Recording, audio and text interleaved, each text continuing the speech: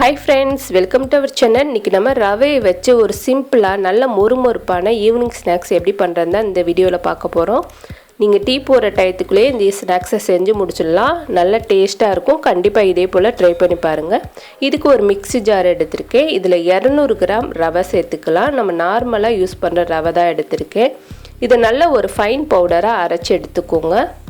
இப்போ நல்லா நைஸா அரைச்சு எடுத்தாச்சு. அடுத்து ஒரு மிக்சிங் பவுல் எடுத்துர்க்கேன். இதில் நம்ம அரைச்சி வச்ச ரவை மாவு எல்லாத்தையும் சேர்த்துக்கோங்க. சேர்த்ததுக்கப்புறமா இது கூட காரத்துக்கு 1 டீஸ்பூன் அளவுக்கு தனி மிளகாத்தூள் சேர்த்துக்கலாம். உங்களுக்கு காரம் பார்த்துட்டு சேர்த்துக்கோங்க.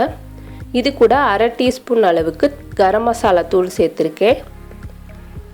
தேவையான அளவுக்கு உப்பு சேர்த்துக்கலாம்.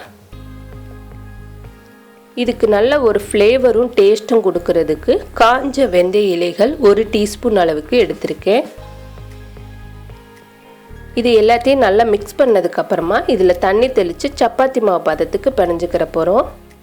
ரவைன்றனால நம்மளுக்கு தண்ணி கொஞ்சம் கூட தான் தேவைப்படும். எந்த அளவுக்கு சப்பாத்தி மாவு இருக்குமோ அந்த பதத்துக்கு பிணைஞ்சு எடுத்துக்கோங்க.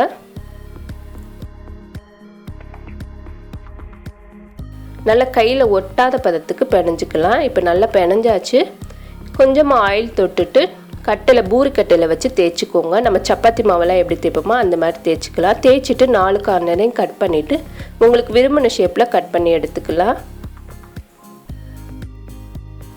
இப்போ கட் பண்ணதுக்கப்புறமா நம்ம பொரிக்கிறத பார்க்கலாம். இது நல்லா லேசாக தேய்ச்சிட்டிங்கன்னா நம்மளுக்கு நல்ல மொறுமொறுப்பாக இருக்கும்.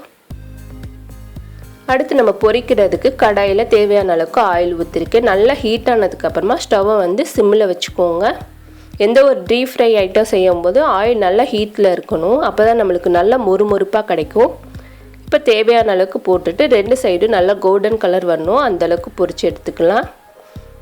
இதுக்கு மேலே கொஞ்சமாக சாட் மசாலா தூவி சாப்பிட்டிங்கன்னா நல்ல டேஸ்ட்டாக இருக்கும். குழந்தைகளுக்கு கொடுக்கும்போது கொஞ்சம் சாட் மசாலா தூவி நீங்கள் கொடுத்து பாருங்கள், விரும்பி சாப்பிடுவாங்க. நம்ம வீட்டில் இருக்கிற பொருளை வச்சு உடனடியாக செய்யக்கூட சிம்பிளான ஸ்நாக்ஸ் இது. கண்டிப்பாக இதே போல் நீங்களும் ட்ரை பண்ணி பாருங்கள். இப்போ நல்லா கலர் நல்லா சேஞ்ச் ஆகிடுச்சு. இதை எடுத்து தனியாக வச்சிடலாம். தனியாக வச்சுட்டு இதே மாதிரி எல்லாத்தையும் நம்ம பொரித்து எடுத்துக்கிற போகிறோம். இப்போ நல்லா பொரிச்சாச்சு. இது பார்த்திங்கன்னா ரவை சேர்த்துருக்கனால நல்ல மொறுமொறுப்பாக இருக்கும். உள்ளே நம்ம சேர்த்துருக்க இன்க்ரீடியன்ஸ் பார்த்திங்கன்னா சாப்பிடும் போதே நல்ல டேஸ்ட்டு கொடுக்கும். இதே போல் நீங்களும் கண்டிப்பாக ட்ரை பண்ணி பாருங்கள். இந்த வீடியோ உங்களுக்கு பிடிச்சிருந்துச்சுன்னா லைக் பண்ணுங்கள், ஷேர் பண்ணுங்கள். மறக்காமல் நம்மளோட சேனலுக்கு சப்ஸ்கிரைப் பண்ணுங்கள். தேங்க்யூ.